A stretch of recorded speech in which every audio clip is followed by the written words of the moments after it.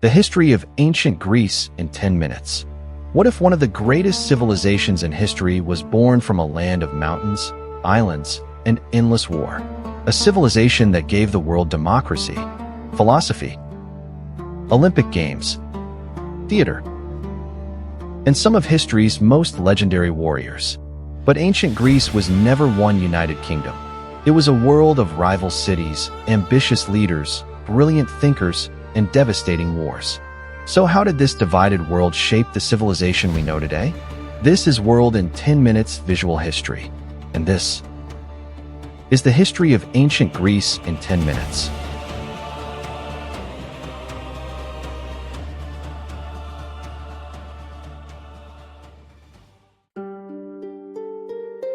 Chapter 1. The land that created Greece. To understand Greece, you have to understand its geography. Greece was not a vast fertile plain like Egypt.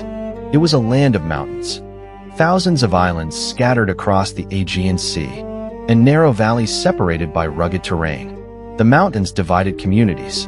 The sea connected them. And this created something unusual. Instead of one powerful kingdom, hundreds of independent communities began to emerge. Each developed its own identity, its own laws, its own traditions, and eventually, its own political system. These communities became the famous Greek city-states, the polis. Among them, two would become especially important: Athens and Sparta. But before they rose to power, Greek civilization had already begun thousands of years earlier. On the island of Crete, the Minoans built one of Europe's earliest advanced civilizations. Their palaces were enormous. Their ships crossed the Mediterranean, and their culture influenced the Greek world that followed. Then came the Mycenaeans, warriors, kings, fortresses, and stories that would eventually become legends. The world of Homer was beginning to take shape.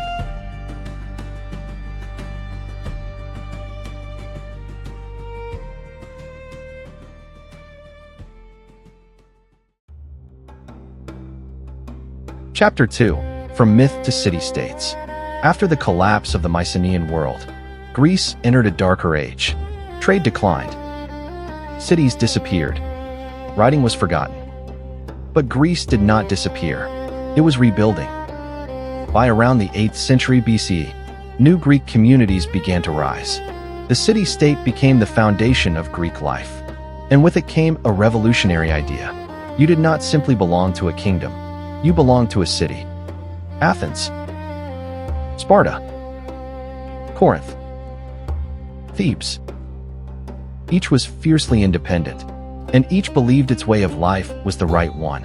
But something else was changing. Greeks were leaving their homeland. They sailed across the Mediterranean and Black Sea, establishing colonies from southern Italy to Asia Minor and beyond. Greek language and culture spread across the ancient world, but competition between the city-states was growing, and soon, the Greeks would face a threat powerful enough to unite them.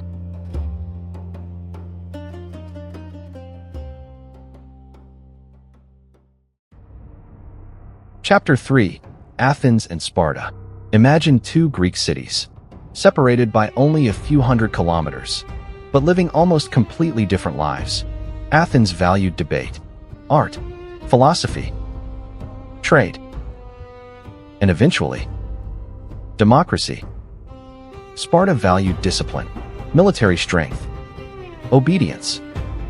From childhood, Spartan boys were trained to become soldiers. Their entire society was built around war. Athens was becoming a center of ideas. Sparta was becoming a center of military power. So which system was stronger?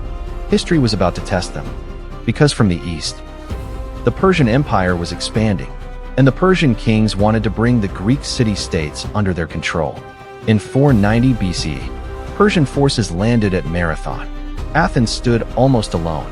Against the odds, the Athenians attacked, and somehow, they won. But this was only the beginning. 10 years later, Persia returned. This time, with a much larger army.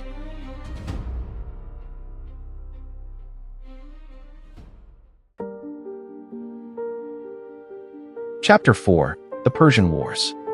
The Persian Empire was enormous. Its armies stretched across continents. Greece was small, divided, and seemingly outmatched. But the Persian invasion created something rare. The Greek city-states began fighting together. At Thermopylae, a small Greek force led by King Leonidas of Sparta stood against the Persian army. The battle became legendary. The Greeks eventually lost, but they had bought precious time. Then came Salamis. A massive Persian fleet entered the narrow waters around the Greek islands. The Athenians used the geography against them. Greek ships attacked.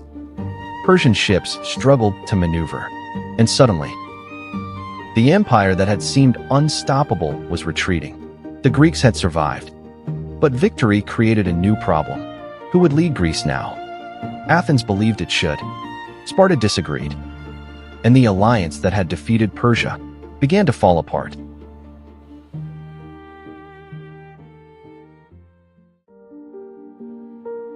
Chapter 5: The Rise of Athens. With Persia pushed back, Athens entered a golden age. The city became a center of architecture, art, science, drama, and philosophy. And at the heart of Athens was an experiment that would change political history: democracy. For the first time, thousands of citizens could participate directly in political decisions. But there was a catch. Not everyone was a citizen. Women were excluded. Enslaved people were excluded. Foreign residents were excluded. So Athenian democracy was far from modern democracy. Yet the idea was revolutionary. The Greeks were asking a question that humanity would continue asking for thousands of years: who should have the power to govern? At the same time, Athens was producing thinkers who asked even bigger questions. What is justice? What is truth? What makes a good life? What is the nature of reality? Socrates questioned everything. Plato imagined new forms of society. Aristotle studied politics, nature, logic, and science. The Greek world was not simply building cities. It was building ideas. But Athens' growing power frightened Sparta, and eventually, the two would collide.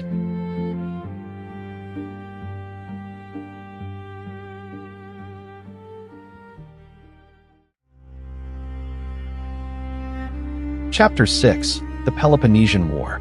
For decades, Athens and Sparta competed for influence. Then in 431 BCE, competition became war. The Peloponnesian War. Athens had the strongest navy. Sparta had the strongest army. The conflict lasted nearly 3 decades. Cities changed sides. Armies marched. Fleets fought. And disease devastated Athens. The war exhausted the Greek world. In the end, Sparta won. Athens was defeated. But victory did not bring peace. The Greek city-states were weaker than before. And while they fought among themselves, a new power was rising to the north: Macedon. Its king was Philip II. He understood something the Greeks had failed to understand: divided. The Greek city-states could destroy one another.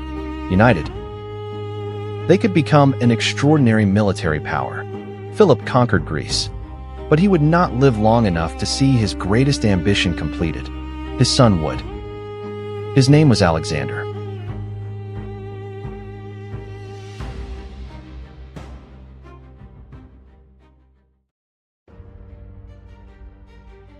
Chapter 7: Alexander the Great. In 336 BCE, a young man became king of Macedon. He was only 20 years old. His name was Alexander. Within a few years, he would become one of the most successful conquerors in history. Alexander crossed into Asia. He defeated the Persian armies. He captured Egypt. He marched through Persia and continued towards Central Asia and India. His empire stretched across 3 continents. But Alexander did not simply conquer lands. He spread Greek language and culture across the territories he controlled. Greek cities were founded. Greek ideas traveled. Greek and Eastern traditions began to mix. This new cultural world became known as the Hellenistic Age. But Alexander's greatest weakness was not an enemy army. It was mortality. In 323 BCE, in Babylon, Alexander died. He was only 32 years old. His empire did not survive intact. His generals fought over the territories he had conquered. Yet something much larger than his empire survived. Greek culture had escaped the borders of Greece, and it was about to enter a new world.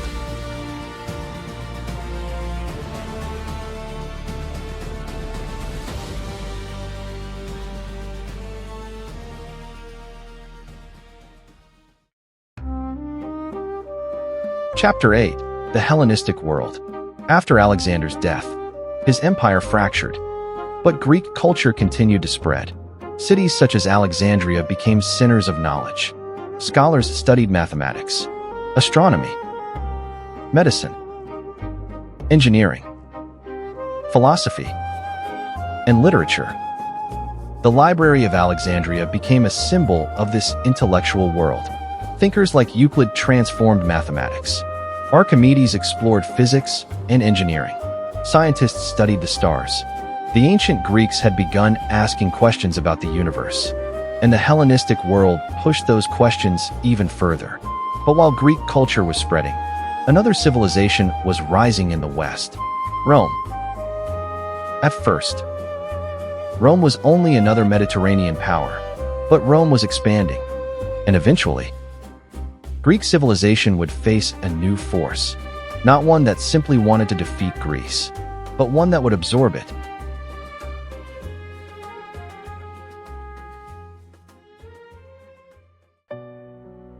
Chapter 9: Greece meets Rome. By the 2nd century BC, Rome had become the dominant power in the Mediterranean. Greek kingdoms were falling one by one. In 146 BCE, Rome destroyed Corinth. Greece was now under Roman control. But something unexpected happened. Rome conquered Greece. Yet Greece conquered Rome culturally. Roman elites admired Greek philosophy. Roman architects copied Greek styles. Roman writers studied Greek literature. Greek teachers educated Roman children. And Roman gods were often identified with Greek gods. The conqueror had become the student. Greek civilization was no longer politically independent, but its ideas were about to travel farther than ever before.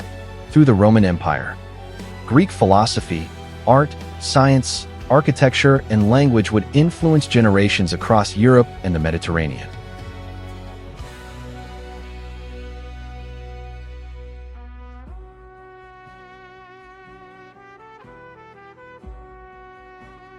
Ending.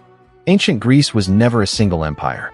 It was a collection of competing cities, fighting wars, building democracies, questioning the universe, and creating ideas that would outlive their creators. Its armies disappeared. Its city-states fell. Its temples became ruins. But its ideas survived. And perhaps that is the greatest mystery of Greece. How did a small, divided land leave such an enormous mark on human civilization? Because Greece did not conquer the world with one empire. It conquered the future with ideas. But the story does not end here. Because after Greece came Rome, and Rome would take the Greek world and transform it into one of the greatest empires in history. Next, the history of the Roman Empire in 10 minutes. This is World in 10 Minutes Visual History. And history is only beginning.